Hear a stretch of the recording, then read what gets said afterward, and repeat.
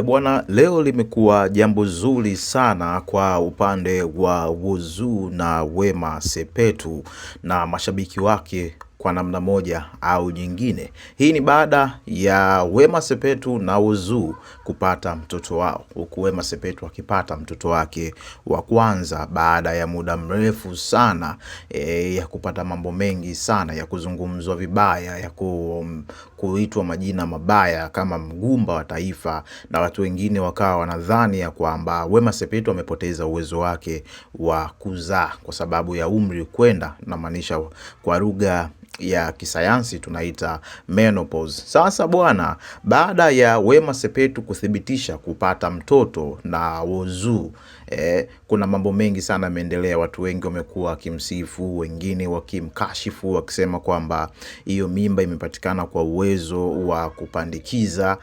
Mambo yamekuwa mengi, lakini Whozu amekuja amefunguka kwa mara ya kwanza baada ya yeye kupata mtoto na mlimbwende huyu star wa Bongo Movie, naye si mwingine ni Wema Sepetu. Kupitia katika ukurasa wa Instagram wa Whozu aliandika maneno yafuatayo, nami na nukuu: "Sio kuwa tu wazuri sana mbele zake, lakini ilimpendeza aonyeshe ukuu wake kwenye uso wa dunia, kuwa makadirio ya wanadamu hayawezi kushinda kudra zake.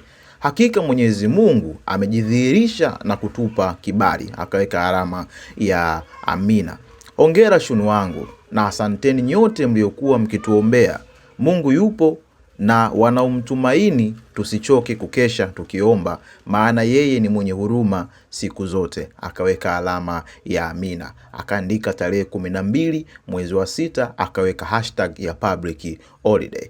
Tarehe 12 mwezi wa 6, maana yake ni kwamba hii ni siku ambayo amezaliwa huyo mtoto wake, na maanisha jana, na ametangaza rasmi kuwa ni public holiday. Lakini Whozu alienda mbali zaidi na kuzungumza vitu ambavyo very sensitive hapa, akizungumza kwamba maneno ya watu hayawezi kudictate kwamba kitu fulani kinaweza kutokea kwenye maisha ya binadamu. Watu wanaweza kuzungumza, lakini Mungu siku zote ni mwema. Mungu siku zote ni mwenye huruma, na Mungu huwa anaamua kujidhihirisha sehemu yoyote, na hilo ambalo limetokea kwa Wema Sepetu. Wote tunajua kwamba kapita kwa watu wengi sana, wamezungumza watu wengi sana, vitu vingi sana, na kumuita mgumba na kuzungumza vitu vingi sana, vingi sana. Lakini Whozu ameamua kujitokeza mbele ya umma na kuzungumza vitu kama hivi. Mimi najua mashabiki wengi sana wa Wema Sepetu wamefurahiwa sana na jambo hili kutokea. Kama umefurahishwa na jambo hili kutokea, dondosha alama ya kopa hapo chini. This is Nyayo TV. Kama ni mara yako ya kwanza kutembelea katika YouTube channel yetu ipendwa Nyayo TV, ni vyema ukabonyeza kitufe cha alama ya subscribe ili uwe miongoni mwa wanafamilia wapya wa YouTube channel yetu hii ipendwa. This is Nyayo TV.